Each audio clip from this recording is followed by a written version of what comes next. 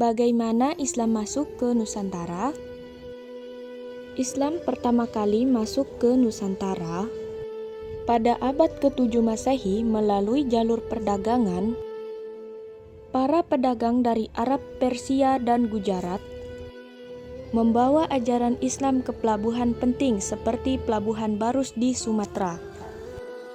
Mereka melakukan secara damai melalui interaksi dagang, pernikahan, dan budaya. Kerajaan Perlak di Aceh diyakini sebagai salah satu kerajaan Islam pertama di Nusantara, didirikan pada abad ke-9. Selanjutnya, Kerajaan Samudra Pasai berkembang menjadi pusat keilmuan Islam. Pendekatan yang lembut dan adaptasi dengan budaya lokal membuat Islam berkembang pesat menjadi agama mayoritas di Indonesia. Pembaharuan di dunia Islam. Gerakan Muhammadiyah dan Kiai Haji Ahmad Dahlan selaku pendirinya sering dikaitkan dengan gerakan-gerakan pembaharuan Islam yang berkembang di dunia Muslim sebelumnya.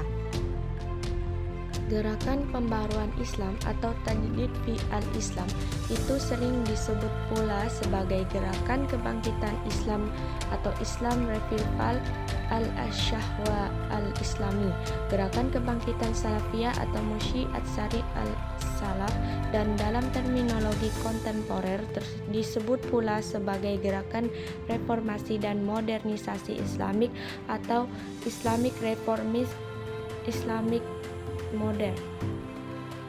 Gerakan-gerakan akan pembaruan Islam itu merupakan satu mata rantai panjang dari kebangkitan Islam yang tumbuh dan berkembang sejak awal abad ke-19 di dunia Islam sebagai kesadaran baru untuk bangkit dan dari keterbelakangan dan penjajahan menuju era baru dunia Muslim yang maju sejajar dengan bangsa-bangsa lain, khususnya di dunia Barat. Kendati Muhammadiyah dan pendirinya Kiai Dahlan memiliki karakter khusus dalam gerakan pembaruannya yang lebih bercorak kultural dan melakukan pelembagaan Islam yang bercorak modern, termasuk mendirikan gerakan perempuan Islam yang tidak dimiliki gerakan-gerakan pembaruan sebelumnya. Dengan kata lain, gerakan Muhammadiyah dan Kiai Dahlan secara langsung maupun tidak langsung mempunyai mata rantai dengan gerakan-gerakan dan tokoh-tokoh pembaru di dunia Muslim sebelumnya. Dalam aktualisasi gerakannya sampai batas tertentu memiliki corak sendiri. Sebagai gerakan yang berlandaskan agama, maka ide pembaharuan Muhammadiyah ditekankan pada usaha untuk memurnikan Islam dari pengaruh tradisi dan kepercayaan lokal yang bertentangan dengan ajaran Islam. Ciri khas pembaruan pemikiran keagamaan Islam model Muhammadiyah adalah adanya hubungan yang bersifat dialektis hermeneutis atau hubungan timbal balik dan bolak-balik, bukan hubungan yang bersifat dikotomis eksklusif antara sisi normativitas Al-Quran atau dengan simbolisasi kembali kepada Al-Quran dan Al-Sunnah dan historisitas pemahaman manusia Muslim atas norma-norma Al-Quran tersebut pada wilayah kesejahteraan tertentu atau dengan simbolisasi perlunya ijtihad dan tajdid setiap saat. Bagi Muhammadiyah, pintu ijtihad masih terbuka sepanjang masa. Oleh karena itu, Muhammadiyah sebagai gerakan dakwah amar ma'ruf nahi munkar dengan cara modernisasi Islam bagi masyarakat Indonesia, sekaligus juga secara progresif revolusioner, mengadakan perlawanan terhadap ancaman dari pihak pemerintah kolonial Belanda. Dengan cara itu, maka ijtihad masih selalu dilakukan selama Al-Quran dan Sunnah Nabi menjadi pedoman dan tidak hanya terbatas pada mazhab-mazhab yang ada saja. Muhammadiyah dalam hal ini hanyalah alat untuk selalu mengikuti dan melanjutkan ajaran Nabi Muhammad SAW. Maka Muhammadiyah sebagai alat yang menjadi subjek dalam melakukan dakwahnya kepada masyarakat Indonesia yang menjadi subjeknya. Islam selalu memberikan gambaran yang berbeda dalam setiap masa yang dilaluinya sebagai hasil tafsir dan dari para pengikutnya. Hasil pemahaman dan penafsiran manusia disesuaikan dengan kondisi fisik maupun psikologis individu dalam pemahaman dunia dengan pandangan Islam melalui cara-cara yang sangat berbeda. Melalui usaha dakwah yang intensif, Muhammadiyah mendapat sambutan di daerah-daerah di luar Yogyakarta sampai dengan pelosok di Pulau Jawa. Bahkan di bagian-bagian lain di luar Jawa, perjuangan yang dilakukan Muhammadiyah melalui cara meniru model kelembagaan dan organisasi Barat untuk mengubah reformisme menjadi sebuah kekuatan sosial baru dalam bidang pendidikan. Pada kenyataannya, umat Islam berhasil berkembang setelah tahun 1927 karena pemerintah lebih menaruh perhatian kepada gerakan-gerakan yang bersifat politik daripada gerakan keagamaan maupun sosial, di mana gerakan politik dianggap sebagai kendala yang lebih berat dalam menguasai Indonesia. Nabi Muhammad SAW menyampaikan dakwah dengan cara langsung, face to face, artinya langsung berhadapan dengan orang atau massa yang didakwahinya, atau secara tidak langsung, yakni dengan membina komunikator perantara atau membina orang lain yang nantinya akan menyampaikan dakwah kepada manusia lain. Penyampaian dakwah secara langsung ini pada umumnya dilakukan secara lisan, tetapi ada kalanya dengan contoh perbuatan beliau atau dengan pembenaran atas perbuatan orang lain. Cara lain yang digunakan adalah dengan mengirim surat kepada raja-raja atau kepala suku serta kepala negara mereka mau memeluk agama Islam. Dakwah dimulai kepada orang terdekat, kemudian meluas dan makin meluas hingga ke seluruh penjuru kota Makkah dan Madinah. Lahirnya organisasi Muhammadiyah ini tidak terlepas dari kebijakan pemerintah Hindia Belanda, yaitu Ratu Wilhelmina yang mengeluarkan keputusan menjalankan politik etis di Indonesia. Dimulai sejak tahun 1901, politik etis yang dicetuskan oleh Van Deventer mendorong perubahan sosial di kalangan pribumi. Kebijakan ini secara tidak langsung telah mendorong munculnya elit baru berpendidikan yang selanjutnya mendirikan organisasi atau perkumpulan secara modern sebagai alat perjuangan. Pembaruan dalam Islam atau gerakan modern Islam merupakan jawaban yang ditunjukkan terhadap umat Islam pada masanya. Pembaharuan merupakan terjemahan dari istilah asing reformation. Istilah reformasi merupakan derivasi dari kata reform yang menjadikan seseorang, lembaga, prosedur, sistem, atau tradisi menjadi lebih baik dengan melakukan pembaharuan. Pembaharuan Islam bukanlah sesuatu yang evolusioner, bahkan cenderung devolusioner, di mana pembaharuan bukan merupakan proses perkembangan bertahap, diartikan bahwa sesuatu yang kemudian bisa menjadi lebih baik dari sebelumnya. Memang bukan perubahan, tetapi hanya peragamaan makna dari penafsiran dari konsep asal sehingga lebih jelas bagi masyarakat pada masanya.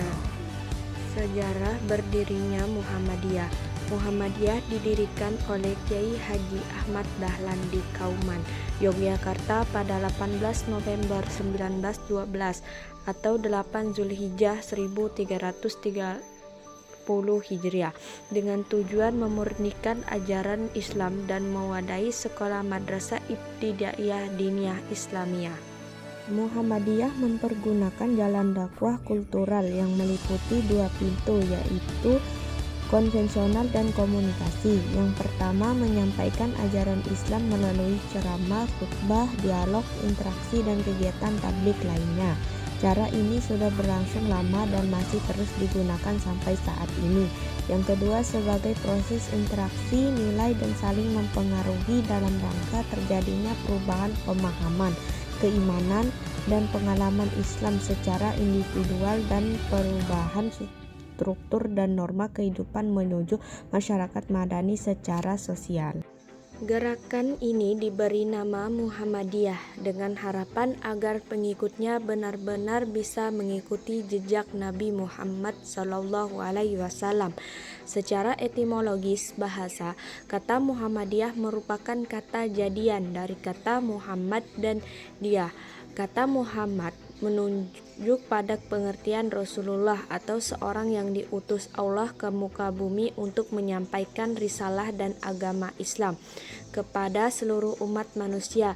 Sedangkan kata Diyah merupakan kata yang menunjuk pada pengertian para pengikut Rasulullah yang senantiasa mengerjakan perintah dan ajaran serta meninggalkan larangan yang dibawakannya.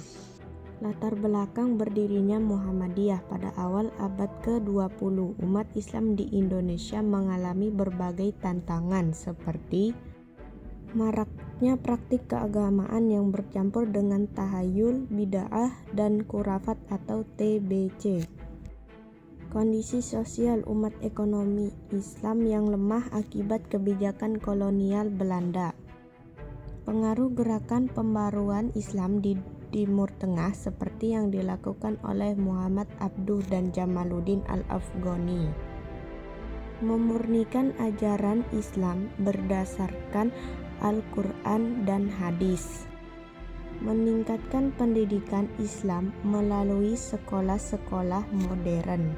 Meningkatkan kesejahteraan sosial dengan mendirikan rumah sakit, panti asuhan, dan koperasi.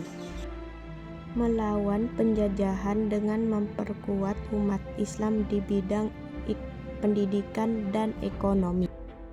Perkembangan Muhammadiyah bidang pendidikan, mendirikan sekolah-sekolah berbasis Islam seperti madrasah dan universitas. Bidang kesehatan, membangun rumah sakit dan klinik untuk umat Islam. Bidang sosial, mendirikan panti asuhan, lembaga sosial dan ekonomi berbasis Islam. Bidang dakwah, menyebarkan Islam melalui ceramah, media, dan amal usaha.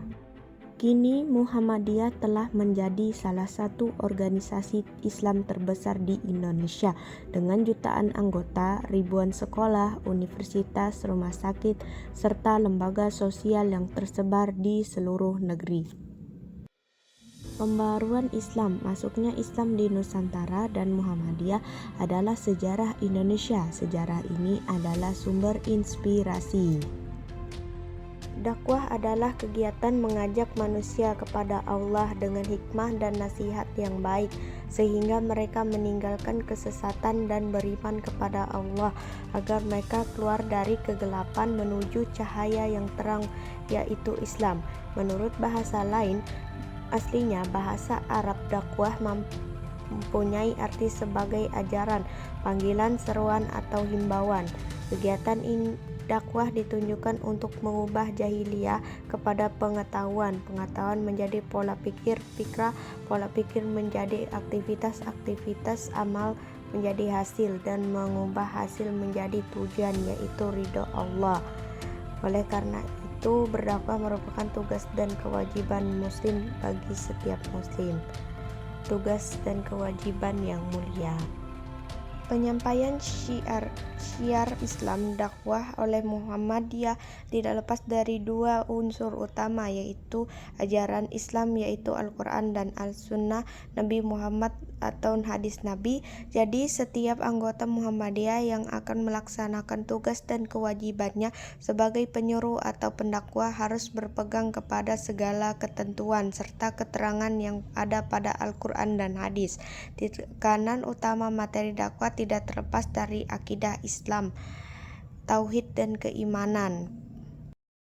Pertama, bagaimana memahami Islam itu secara benar-benar menjurus kepada apa yang disebut dimensi pemurnian agama yang bermuara kepada Al-Quran dan hadis. Kedua, bagaimana melihat atau mengembangkan Islam secara benar dan menghadapi perubahan-perubahan yang terjadi di dalam masyarakat.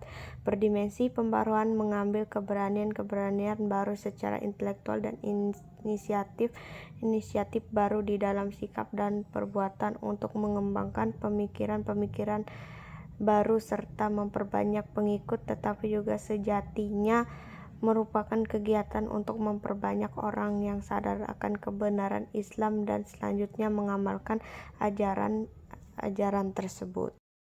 Mari gali dan pahami sejarah Islam di Indonesia.